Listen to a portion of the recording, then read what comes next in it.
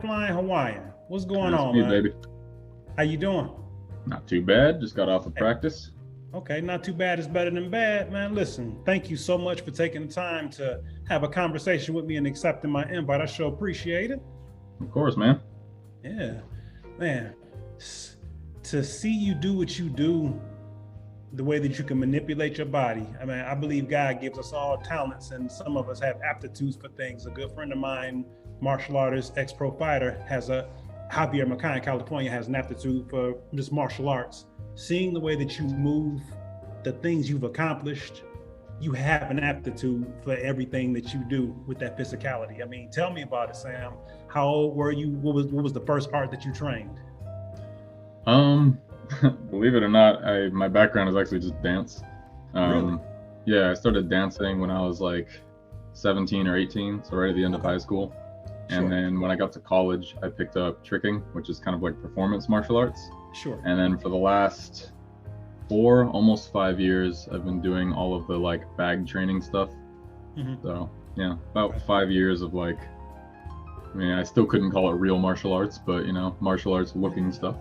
Okay. So you haven't trained martial arts formally? Mm-mm.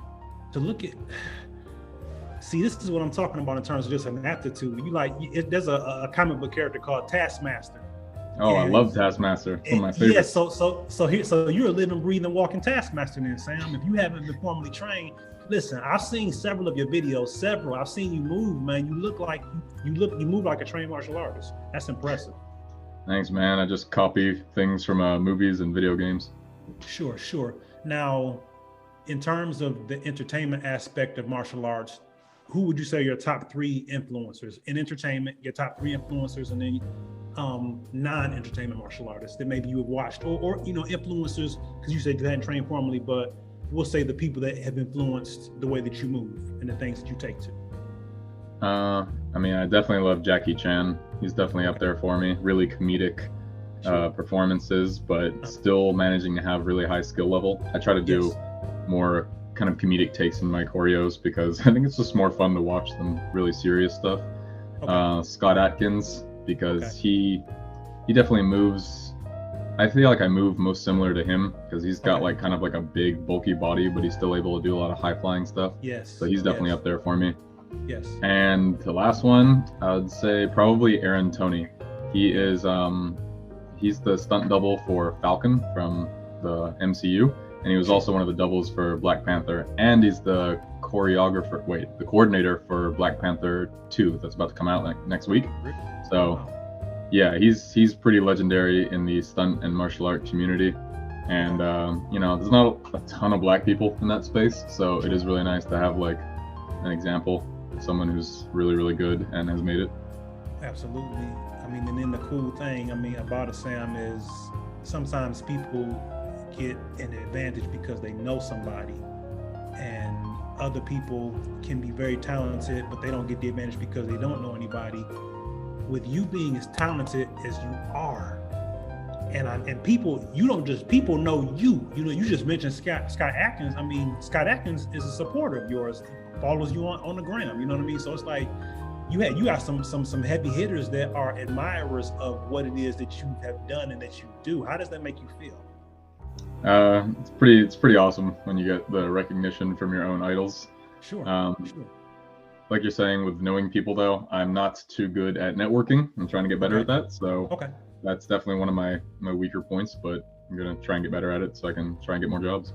okay. Well, but see, Sam, the thing about it again is, okay, you said you aren't good at networking, but look at the people that follow you and admire you, and that's with you not being good at networking. That's on sheer talent and admiration for what it is that you do.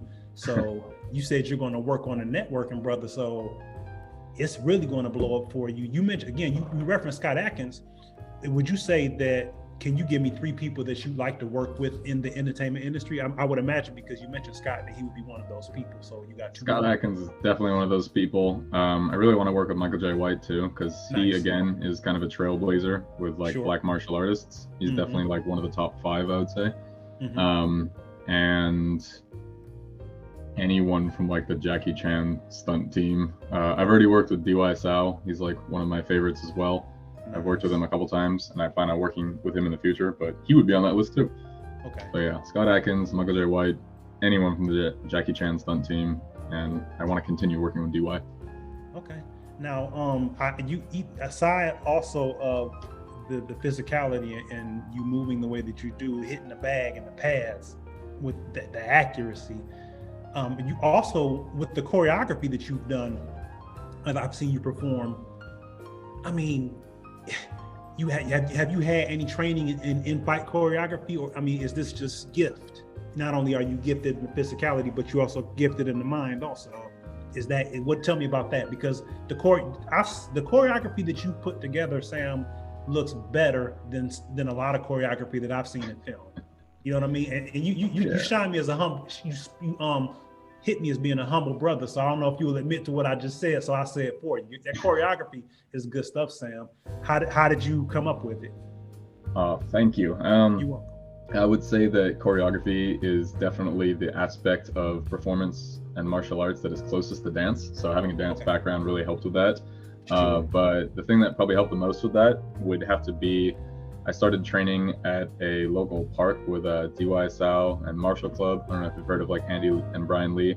They were the butt plug boys in Everything Everywhere All at Once. Yeah, so I started training with them, and I got to do some choreos with them, and just, I guess I'm a pretty visual learner, so just being able to see things in person helped me kind of contextualize it better and bring that into my own choreography. So now when I go to train at the local park with all these people, I'm like one of the kind of senior members of the group, I guess, because, you know, people cycle in and out, and I can help all the young people too. Sure. Nice. Okay. Mentorship. That'll work. Give them something different to do. Okay. Yep. Now, in terms of the martial arts, what would you call? Because I seen trick. You said tricking. What would you call? And forgive me if you mentioned it already, but what would you call what it is that you do? So I definitely just do tricking for the most part, and tricking is a combination of b-boying, gymnastics, and martial arts, but it's all for aesthetics. Like, it's not for like actual fighting or anything like that, just for stuff in movies. So yeah, tricking is definitely what I do, and I've gotten pretty popular lately for emulating different martial arts, mainly capoeira and bokatao. Yes. Yeah, so capoeira kind of comes pretty naturally to me because my background is, you know, dance, b-boying and everything. And so that kind of like constant motion and being on and off balance was pretty easy for me. And I already look like Eddie Gordo, so all I had to do was just make the costume and I was good to go, you know? So I just sewed that together real quick and then I was good. Okay. You know, Eddie Gordo, the guy that wore the motion capture suit for Tekken, Eddie Gordo is a man by the name of Marcelo Perez. I can't pronounce his last name, Lord forgive me. Marcelo is his first name, Mestre Cavarinha. And he actually, when I trained capoeira off and on for a little over 20 years, and he was my mestre once upon a time. So, wow, that's pretty cool. You got some clout in the community then. I don't know about clout, brother. I value humility as well, but I've definitely seen a few things. We'll say that. But thank you. I appreciate it. It's really cool. Thank you. Now, it's interesting because are you familiar with Joy Isabella Brown? Yeah, she is definitely one of the most iconic people in the community, I would say. For sure. Now, it's interesting because I interviewed her also. I spoke with her. Great interview. Very humbled as well. Extraordinarily talented like yourself. But the thing about it is interesting, Sam, is both of you do tricking, but your tricking is different from her tricking. And so tell me about that. Like, for an example, in capoeira, there are different ways of playing capoeira, you know, and visually you can tell the difference as a practitioner of capoeira. So I'm wondering, within tricking, is it the same thing? Like, are there different kinds of tricking, like 2 or 3 different styles of it, or because again, yours is different from hers? There's definitely different kinds of tricking, but I would say that any kind of aesthetic or visual differentiation you see is usually due to people's body types or backgrounds. Sure. So I believe Joy Isabella Brown has a contemporary dance background, so she's really like floaty and like really lengthy, a lot of really good extension, and I think that comes from her contemporary dance background. And a lot of trickers who have any background at all will usually have a Taekwondo background. Really? So they tend to move really ubiquitous to like that kind of American sport style Taekwondo. Every tricker in Korea, for example, has a Taekwondo background, so they move very like uniformly. Out here, most trickers have some kind of like karate or Taekwondo background, so they tend to move really similarly. Some of them have wushu backgrounds, so you can see a little bit more of like a Chinese Shaolin kind of flair to what they do. And then you have like capoeira trickers. I'm not really a good example of it because I kind of started capoeira after tricking, but there's another tricker around here named Yuriko Senna, Spider Martial Arts on Instagram, Spider with a Y.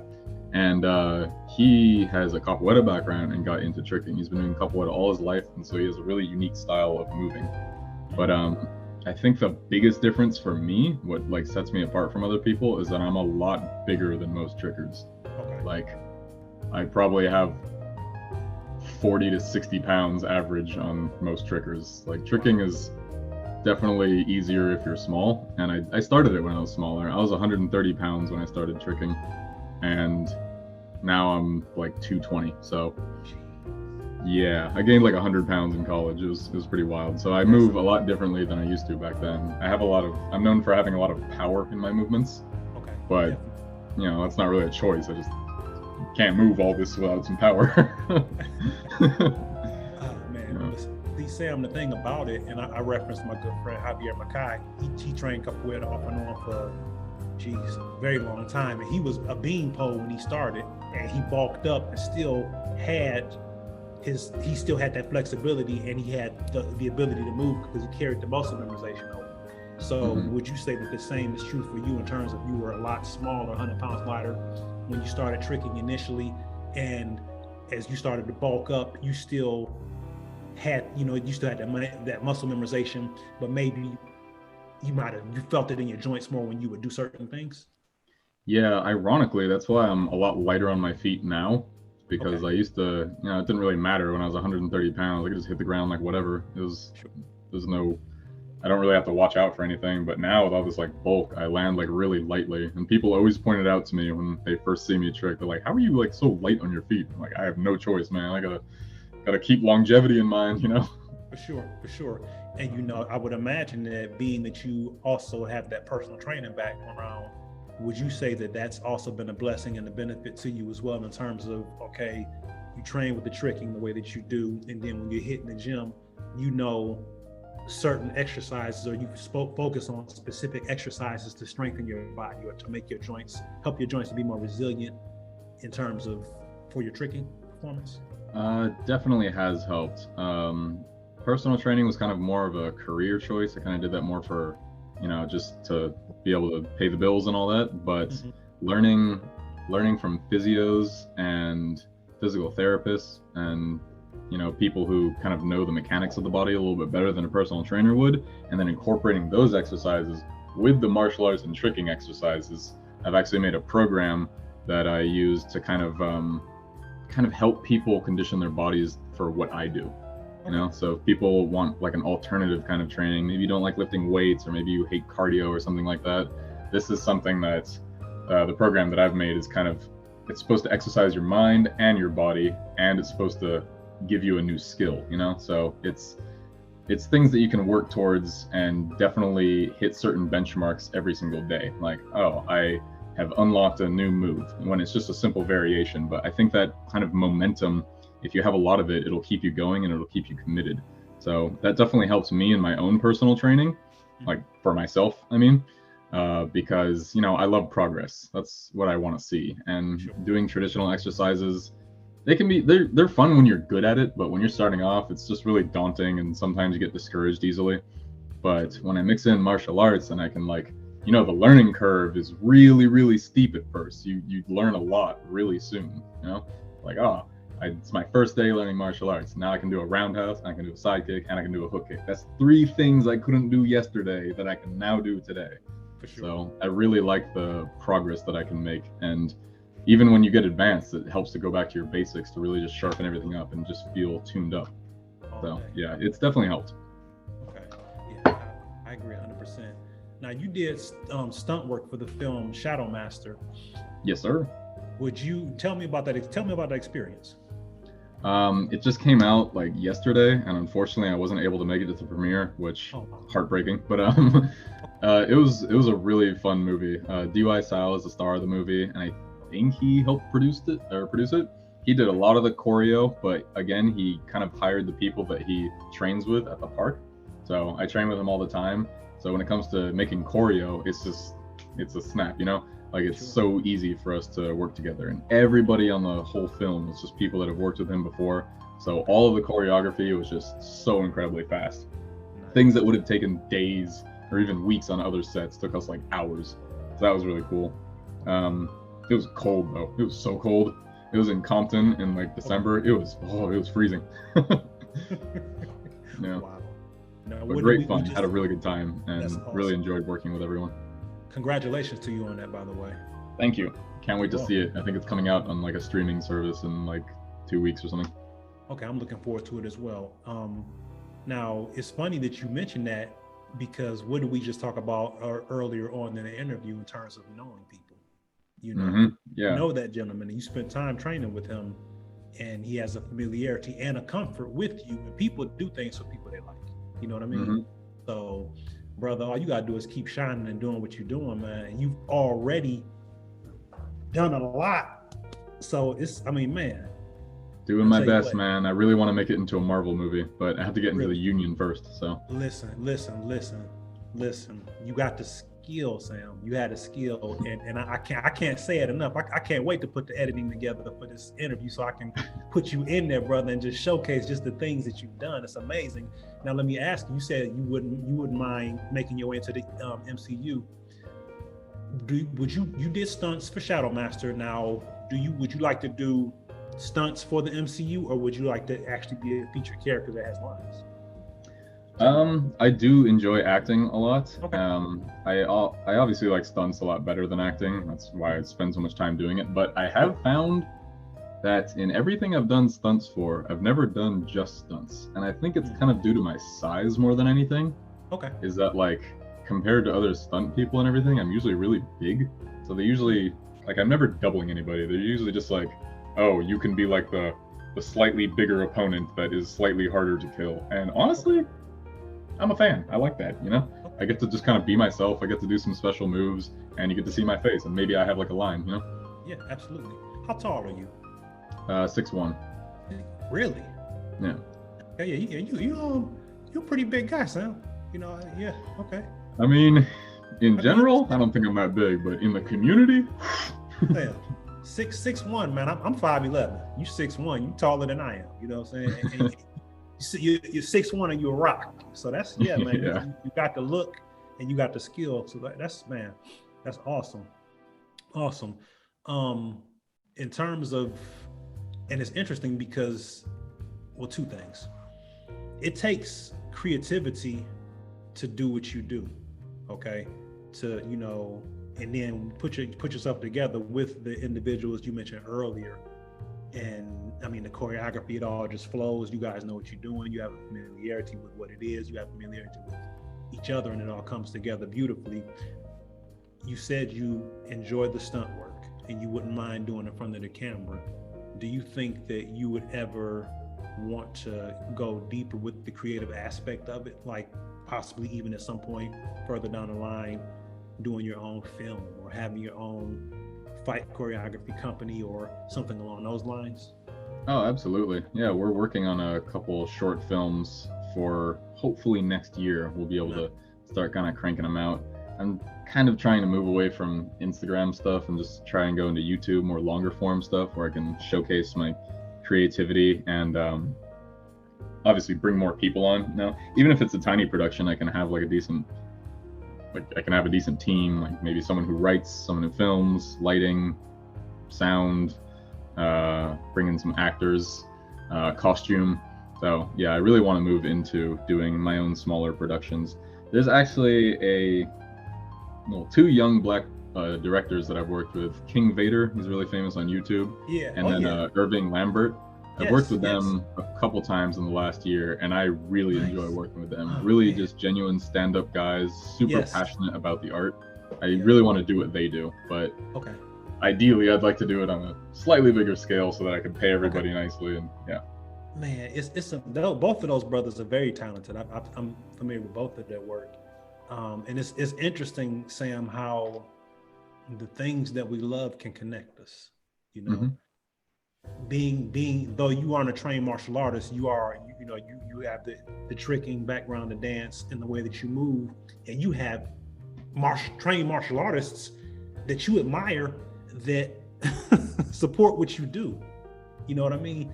And again, at the beginning of the conversation, you were saying that you want to get better with your networking. Sam, listen to me. You're in a much better position than we are our own worst critics, okay? I submit to you, Sam, that you're in a much better position than what you may be conscious of, aware of. You know what I'm saying? I'm a fan of motivational speakers, Les Brown, Eric Thomas, people of that sort. So on Instagram, you know how much of a compliment it would be if Les Brown followed me on Instagram, okay? Or if Eric Thomas, if ET followed me on Instagram, okay? With me being a fan and somewhat a motivational speaker myself, okay? So let's flip that. You're a B-boy trickster, action, fight, choreographer aspect, and you have people like Scott Adkins, people like Nalita V, people like Michael Jai White that follow you. They know who you are. They're familiar with what you do. So I just gave the illustration of myself and people that I admire and respect that I would be honored if they followed me. You actually have people that you respect that follow and support you. You understand what I mean? So, I mean, again, brother, I submit to you that you're in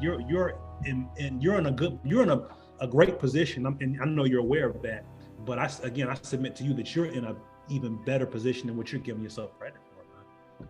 Oh, thank you. I'm just gonna try and focus on getting into the union, and hopefully I can work with those people soon. Yeah, absolutely. What would you say is your proudest moment thus far as in tricking? That is an excellent question. I was really proud when I got into my first movie. It was actually with DY. It was actually before I met him too. I got introduced to him by a martial club, and he kicked me very hard. But it was really cool because, it's like, I don't know, it's like getting an autograph from like a hero or something, but it's kicked. That was really cool. Other than that, I would say getting to travel international for competitions was really nice. Sure.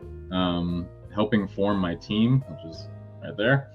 Okay. That was really cool because now we have like a whole community around here. When I got into college, I was the only tricker.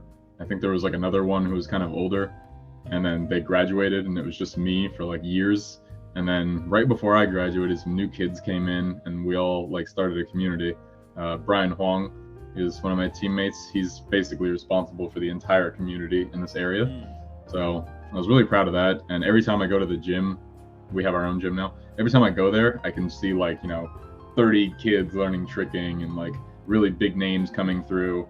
And it's just that definitely fills me with a sense of pride, I would say. Good stuff. What did you show me on your shirt, your team? Show me that again. Oh yeah, CATT. It's Chinese Association Tricking Team. We did our team through a club at our university because that's way easier than just making a team from scratch because they have to handle all the paperwork. But yeah. Okay. Now tell me about F808Z Dojo. Oh, so my name on Instagram, F808Z, is pronounced as 808s. Oh wow. Okay. Yeah, clever, right? Because 808 is where I'm from. From Hawaii. Got to represent there. Sure. And 808s because I was always very unsure about my future, but I was always just what's gonna happen is gonna happen. 808s. Only way to find out is to just keep going forward. Wow. So yeah, that is what my name is and what it means. I know nobody ever gets it, but I like it. That's again, we touched on creativity, man. So that's creativity, brother. Thank you. It really is. You're welcome. And the 808s Dojo is just where I'm going to try and put all of my kind of tutorials and exercise videos and everything. So a lot of people constantly ask to like train with me, and obviously I can't be everywhere at once. You know, I'm not gonna be in Kentucky or something to train with people all the time. But like, you know what? It's the age of the internet. I may as well just go ahead and make like a whole course and just put it online. And so that's what I did. Right now, I only have one course, which is just the kind of beginner intermediate conditioning. You do get to learn some pretty cool martial arts stuff. You'll be able to put like a lot of combos together by the end of it. But mainly it's just to condition you, to kind of get you ready, get your body ready for the demands of martial arts and tricking. Because I've seen so many people go into it just cold with no like real body awareness, and you get injured so fast if you do that. So it does help to be conditioned first, I think. Okay. Now, in terms of people that inexperienced tricksters, would you encourage them to train at like a gymnastics gym where the floor is padded, or what would be your encouragement, your advice for newer people to train? I would say you just kind of play it by ear. I came up training on grass, and honestly, I still train on grass so much. So it's really just up to you. I would say just try everything. But you know, be smart, be safe, warm up, stretch after. Everybody has these phases where they just go in cold and they just leave after. I'm like, luckily I never had my teenage phase, I call it, where I don't warm up. Like ever in all the sports I've ever done, track and field, swimming, cheer, all that, I always warm up for at least like 10 minutes. Okay. So yeah, just warm up. God, it'll save you so much trouble and injury. Just warm up, people. Wherever you choose to train, just warm up. That is my advice to you. No, you're telling the truth. Now, in terms, you named off the physical things that you've done in terms of athletics, and we talked about the tricking, the b-boying, and the dance. Do you have any friends that did it that kind of helped put you on a path, or family members that did it or do it to help put you on a path, or are you a standout on your own and this is something that you just went off into? I had friends who danced a little bit in high school, but they did like a different style than me. Sure. But they all kind of stopped dancing by the end of high school, and I don't know, I didn't know what tricking was when I was in high school, so I just started wanting to learn flips, and I pretty much always just trained alone, and I honestly couldn't tell you why I did it. Like when I look back, I don't really know where my mind was at, but I don't know, there was some kind of intrinsic passion. And so I just kind of kept doing it. Okay, Yeah. That sounds good. Sam, what advice would you give someone that's facing hardship or a tough spot in their life? What advice or encouragement would you share? You know, I've never been a fan of this question. I get asked it a lot, especially by people who know me, because I have gone through some rough patches, and they would think that I'd have good advice for them because of that, but if you don't feel comfortable answering it, you don't have to. It's just something I want to ask. I feel comfortable answering it. I just feel like my answer is not great. I think that you should find something. Your answer will help somebody, so please, by all means, share it. In that case, I think that you should find something that gets you out of bed in the morning and just cling to it. You know, no matter what it is. For me, it was tricking and b-boying and just all things physical. It got me up, it got me out of the house, got me active. It kept my mind like active and thinking about that even when I wasn't doing it, you know, when I'd go home and get ready for bed or go wherever I was sleeping and get ready for the next day or whatever, it would always be on my mind. So I think that having some kind of passion that you can latch onto will help you feel like less of a shell of a person and more of a complete person. Yeah, probably not the best answer in the world, but I think that is Sam, why would you say that, brother? That's good information, huh? You know, I mean, here's the thing. As individuals, we're all different. We all are receptive to different things. Like you said earlier, the visual things, you seem to learn that way. Other people learn from auditory. So somebody's going to get something out of what you just said. I mean, it blessed me, so thank you for sharing that, you know? So I would imagine that it's going to touch other people also, you know? So, again, we are our own worst critics, and you may you may have felt like the answer was, but no, man, good stuff. Definitely, you know? Oh, thank you. And to the 3 or 4 people out there that it will help, I wish you luck. Hey, I tell you what, man, you never know the impact that you make, you know, just being yourself. And I've learned that as I've lived, and it makes me feel better about being me, you know what I mean? Because we live in such a interesting world, to put it Interesting mildly. times. That is true. So it's like, but again, just Sam being Sam, doing what he does. You may not think much of it, man, but it could mean the world to others. So keep doing what you do, brother. Well, thank you. You're welcome. What advice do you wish someone had shared with you when you were going through a tough time? That if it could be when you were 13, 5. What advice occurred? Probably the only advice I ever wish I got from somebody, and I probably did, but I just wish I took it, was that you don't have to do everything alone. Okay. Yeah, I think that also kind of lends itself to the mindset that you develop from martial arts, and even dance and tricking, honestly. They can be very individualistic and kind of isolating disciplines to go after. I wasn't really on like a dance team for most of the time that I danced. It was just kind of something that I did with my friends and then alone when they stopped doing it. And tricking, I pretty much always did alone. And all the training I've done has just mainly been alone. And so I feel like that kind of spilled over into the general attitude that I've had about life. And just whenever I had a problem with tricking or b-boying or martial arts, I would just figure it out myself. And then when I started having bigger problems in life, I would just automatically just go into solo mode and try and figure it out myself. And I always did, but there's probably a better way to do things, and I feel like I would have been closer with people had I kind of shared those personal moments. So yeah, you don't have to handle everything alone, people. Good advice. And the thing about it is, listening to you talk about it, Sam, you sound like you learned from it, and that's one of the most important things that can happen when we go through an experience, is we learn from it. Not only did you learn from it, but it's made you better. It's going to continue to make you better. So thank you for sharing that as well. Well, Brother Sam, listen, I appreciate you again taking the time to have a conversation with me. I'm honored, So thank you, sir. I have enjoyed the interview. This is a really good one. You got some solid interviewing chops. Thank you, brother. I appreciate that. Thank you very much. So again, I appreciate you, man. I'm looking forward to a lot more out of you. You inspire and encourage me. Keep shining, good brother, and I will continue to watch and continue to support. Yes, sir. Just getting started. Yes, indeed. Just getting warmed up. I hear you. Well, Sam, you have yourself a great day, man. Thank you again. All right, you as well. Thanks for having me. Appreciate it. Yes, sir. Peace out. Later.